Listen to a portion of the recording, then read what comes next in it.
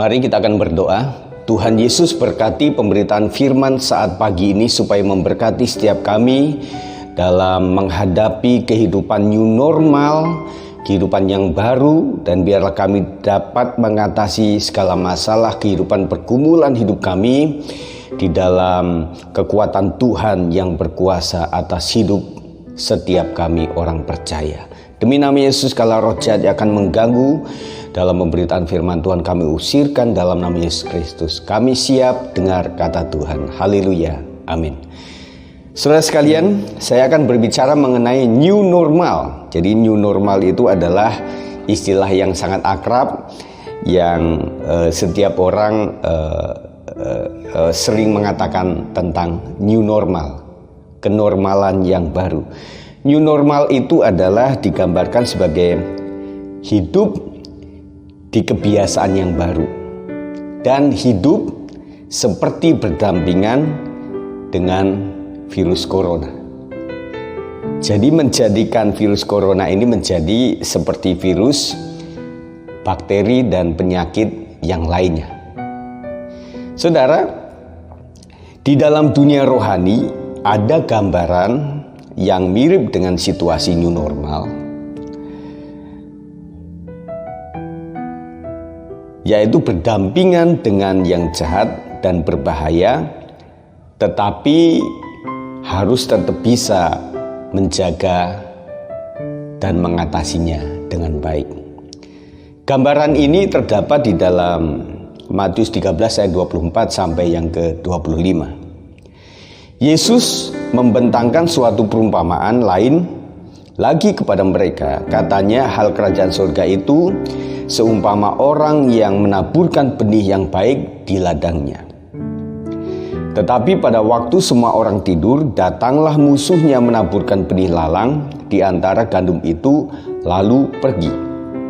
Saudara, gambaran ini menunjukkan sebuah pelajaran buat kita, yaitu lalang selalu akan ada di antara gandum.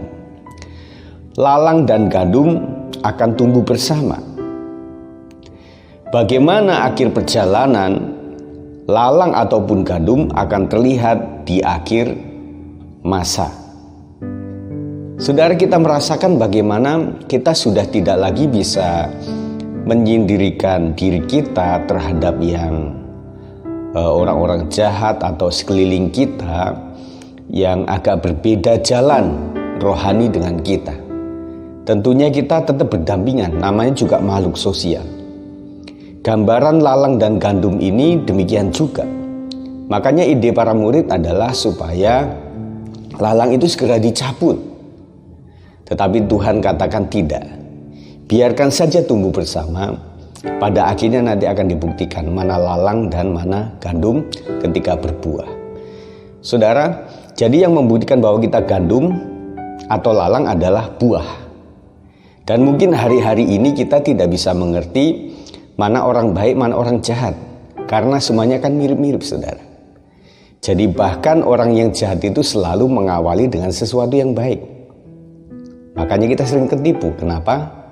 Karena memang orang itu lagaknya baik. Penipu itu selalu baik di awal. Kalau dari awal sudah ketahuan penipu, pasti kita akan menghindarinya. Demikian pula nanti akan kita lihat buah-buah daripada orang yang seperti gandum atau seperti lalang akan terbukti. Kita melihatnya secara buah. Dari mana orang bisa dilihat? Hatinya atau pikirannya adalah dari buah perbuatannya. Gambaran ini, saudara, membuktikan bahwa kita harus tetap berdampingan. Tetapi bagaimana dong Pak nanti kita? Nah, kita harus menjaga bagaimana akhir hidupnya. Makanya Tuhan bilang kita tidak boleh menghukum atau menghakimi orang lain, karena pada dasarnya nanti yang menghakimi adalah Tuhan pada masa akhirnya. Mungkin biarkan saja berjalan bersama, tetapi nanti akan ada yang jahat, ada hukumannya. Kemudian yang baik ada, tetap ada pahala dan juga imbalannya. Begitu.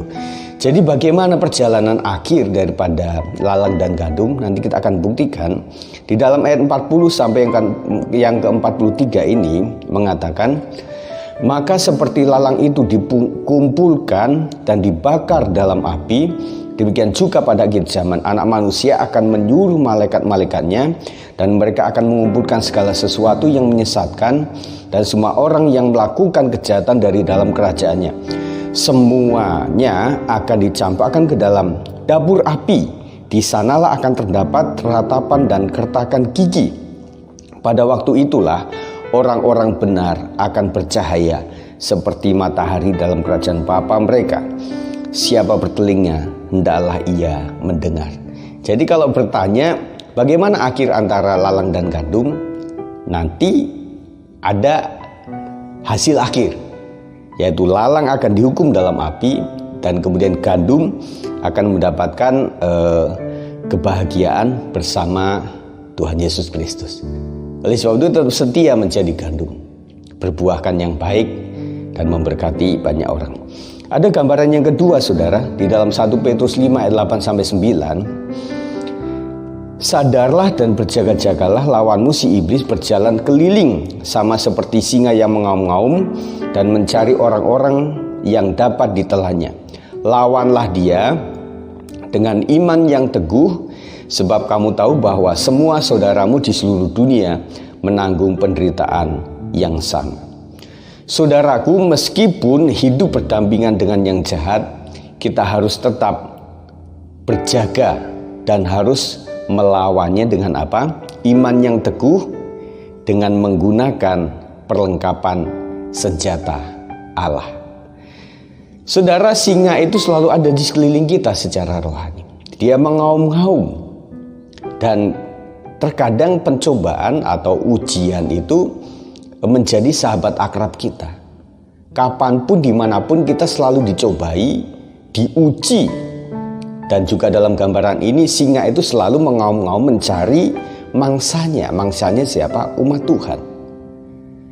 Tetapi saudara, sebelum dunia berakhir, singa ini selalu ada di sekeliling kita.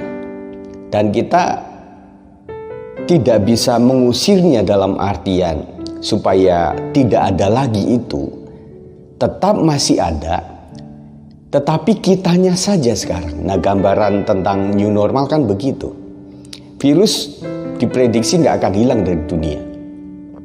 Mungkin keganasannya mungkin akan semakin mereda, gitu harapan kita, saudara. Menjadi seperti virus yang lain. Ada yang kena tetapi ada yang tidak, kebanyakan tidak. Nah, begitu. Gambaran ini mirip di era new normal ini, saudara, tentang kehidupan rohani kita. Jadi nggak bisa mengusir sepenuhnya singa yang mengaum ini. Dia masih ada di sekeliling kita, tetapi kita hanya mengatasinya.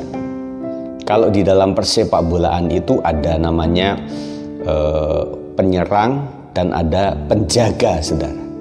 Jadi kalau dalam silat juga ada yang namanya kuda-kuda. Itu kita berjaga senantiasa, ya. Jadi cara berjaganya adalah menggunakan seluruh perlengkapan. Kalau tentara, dia kapanpun dimanapun senjata selalu ada di tangan atau di dekat dia. Jadi ada musuh langsung bisa tembak, begitu ya. Nah, gambarannya seperti itu. Cara mengatasinya adalah kita harus melawannya dengan iman yang teguh. Iman yang teguh kita butuhkan pada saat-saat ini untuk melawan, untuk menyerang, bahkan bertahan daripada virus rohani, daripada singa yang mengaum, daripada kejahatan yang selalu mengintip hidup kita. Dengan menggunakan iman yang teguh. Mari saudara, pada masa-masa ini kita bangun iman yang kuat, iman yang teguh, supaya kita bisa mengatasi segala sesuatu secara rohani. Yang kedua, dengan menggunakan perlengkapan senjata Allah. Efesus 6 ayat 10 sampai 18 mengatakan, akhirnya hendaklah kamu kuat di dalam Tuhan, di dalam kekuatan kuasanya. Kenakanlah seluruh perlengkapan senjata Allah, supaya kamu dapat bertahan melawan tipu muslihat iblis. Karena perjuangan kita bukanlah melawan darah dan daging, tetapi melawan pemerintah-pemerintah, melawan penguasa-penguasa, melawan penghulu-penghulu dunia yang gelap ini, melawan roh-roh jahat di dunia. di udara maksud saya. Sebab itu ambillah seluruh perlengkapan senjata Allah, supaya kamu dapat mengadakan perlawanan pada hari yang jahat itu, dan tetap berdiri sesudah kamu menyelesaikan segala sesuatu. Ayat 14, jadi berdirilah tegap, berikat pinggangkan kebenaran, dan berbaju zirahkan keadilan. Kakimu berkasutkan kerelaan untuk memberitakan Injil damai sejahtera. Dalam segala keadaan pergunakanlah perisai iman, sebab dengan perisai itu kamu akan dapat memadamkan semua panah api dari si jahat. Dan terimalah ketopong keselamatan dan pedang roh, yaitu firman Allah. Dalam segala doa dan permohonan, berdoalah setiap waktu di dalam roh, dan berjaga-jagalah di dalam doamu itu dengan permohonan yang tak putus-putusnya untuk segala orang kudus. Nah saudara, di dalam era yang baru ini, masa new normal ini, mari saya himbau, saya wajibkan kita untuk bisa membangun kebiasaan baru, new normal, kebiasaan baru dengan membangun iman yang teguh, supaya bisa menghadapi situasi terburuk sekalipun. Kemudian berdoalah setiap waktu di dalam roh. Berdoalah setiap waktu di dalam roh. Fisik doa kita butuhkan. Waktu atau jam doa kita butuhkan. Tetapi yang esensial adalah berdoa dalam roh. Berdoa dalam roh adalah roh kita yang aktif. Jadi orang bisa melakukan secara fisikal segala aktivitas, tetapi secara roh dia tetap bisa berdoa kepada Tuhan. Oleh sebab itu saudara, bangun doa dalam roh. Caranya ketika melakukan segala sesuatu, tetap dalam hati, dalam roh kita terus berdoa dalam nama Yesus. Terima kasih Tuhan. Tuhan tolong saya. Sambil ngobrol pun kita bisa berdoa kepada Tuhan. Jadi bangun iman, bangun doa yang terus menerus. Tuhan Yesus memberkati. Mari kita berdoa.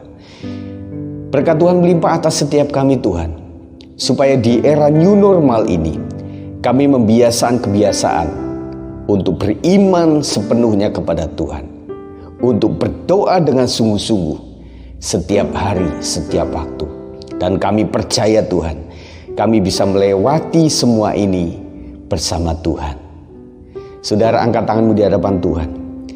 Kiranya berkat Tuhan melimpah atasmu, berkat di dalam nama Bapa, Anak, dan Roh Kudus. Di dalam nama Tuhan Yesus Kristus, memberkati Bapak Ibu Saudara semuanya hari ini sampai Tuhan datang yang kedua kalinya. Yang percaya katakan amin. Tuhan Yesus memberkati setiap kita, dan tetap setia. Pasti Tuhan akan lakukan semua. Shalom.